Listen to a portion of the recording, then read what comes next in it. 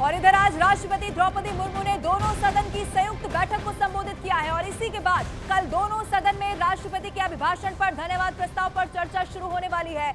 लोकसभा में चर्चा की शुरुआत अनुराग ठाकुर और राज्यसभा में चर्चा की शुरुआत सुधांशु त्रिवेदी करने वाले हैं। वहीं पीएम मोदी लोकसभा में 2 जुलाई और राज्यसभा में 3 जुलाई को चर्चा का जवाब देंगे। ये बड़ी खबर सामने आ गई है। 21 घंटे तक चर्चा होगी, ये भी तय हो चुका है, जिसमें 8 घंटे का समय भारतीय जनता पार्टी को दिया जाना है। राज्यसभा में सुधांशु त्रिवेदी चर्चा की शुरुआत करने वाले हैं। 2 जुलाई को लोकसभा में चर्चा पर जवाब देंगे प्रधानमंत्री नरेंद्र मोदी।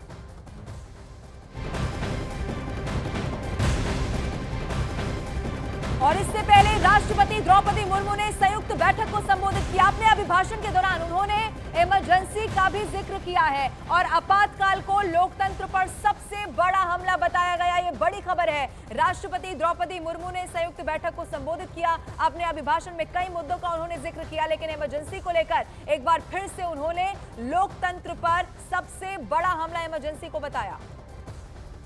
इसमें संविधान लागू होने के बाद भी संविधान पर अनेक बार हमले हुए हैं।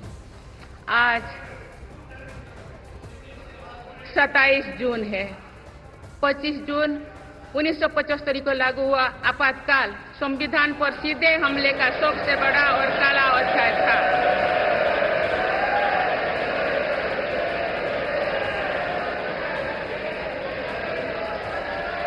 तो पूरे देश में हाहाकार मच गया था, लेकिन ऐसी असंवैधानिक ताकतों पर देश ने विजय प्राप्त करके दिखाया, क्योंकि भारत के मूल में गणतंत्र की परंपराएं रही है।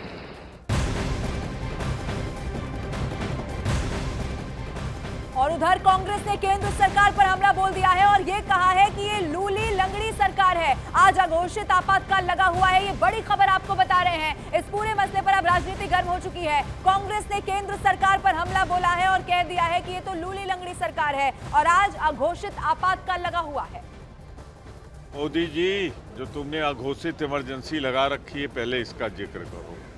जिस तरीके से निर्वाचित मुख्यमंत्रियों को, मंत्रियों को, जो आपके खिलाफ आवाज उठाता है उसे ईडी, सीबीआई, इनकम टैक्स से, ये है इमरजेंसी।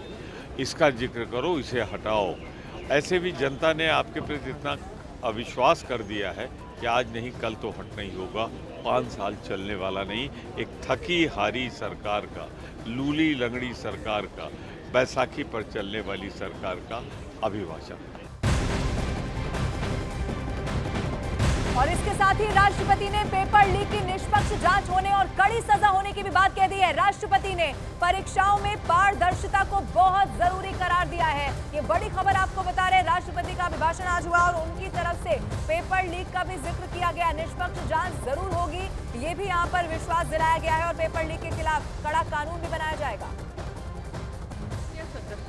सरकार का ये निरंतर प्रयास है कि देश के युवाओं को अपनी प्रतिभा दिखाने का उचित अवसर मिले। सरकारी भर्ती हो या फिर परीक्षाएं, सुनिए, परीक्षाएं किसी भी कारण से इनमें रुकावट आए, ये उचित नहीं है। इनमें शुचिता और पारदर्शिता बहुत जरूरी है। हाल ही में कुछ परीक्षाओं में हुई पेपर लीक की घटनाओं की निष्पक्ष जांच और दोषियों को कड़ी से कड़ी सजा दिलवाने के लिए मेरी सरकार प्रतिबद्ध है। हमारे इससे पहले भी हमने देखा है कि कई राज्यों में पेपर लीक की घटनाएं होती रही है। इस पर दलीय राजनीति से ऊपर उठकर देशव्यापी ठोस उपाय करने की जरूरत है। संसद ने भी परीक्षा में होने वाली गड़बड़ियों के विरुद्ध एक सख्त कानून बनाया है। मेरी सरकार परीक्षाओं से जुड़ी संस्थाओं, उनके कामकाज के तरीके, परीक्षा प्रक्रिया सभी में बड़ी सुधार करने की दिशा में काम कर रही है। और इसी से जुड़ी एक और बड़ी खबर आपको बता दें। राष्ट्रपति द्रौपदी मुर्मू ने कहा है कि सरकार नॉर्थ ईस्ट में विकास बढ़ाने पर जोर दे रही है और इसके लिए पूर्वोत्तर में विकास के बजट को 4 गुना तक कर दिया गया है। ये एक विजन है यहाँ पर सरकार का, इसको सामने रखा गया है। ये बड़ी खबर आपको बता रहे हैं। राष्ट्रपति द्रौपदी मुर्मू ने बताया कि सरकार नॉर्थ ईस्ट में विकास बढ़ाने पर लगातार जोर दे रही है और इसी को लेकर बजट को 4 गुना कर दिया गया है। मेरी सरकार ने नॉर्थ ईस्ट के विकास के लिए 10 वर्षों में आवंटन में 4 गुना से अधिक की वृद्धि की है। सरकार इस क्षेत्र को एक्टिव पॉलिसी के तहत स्ट्रेटेजिक गेटवेज बनाने के लिए काम कर रही है।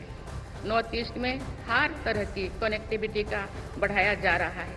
शिक्षा, स्वास्थ्य, पर्यटन, रोजगार, हर क्षेत्र में विकास कार्यों को आगे बढ़ाया जा रहा है।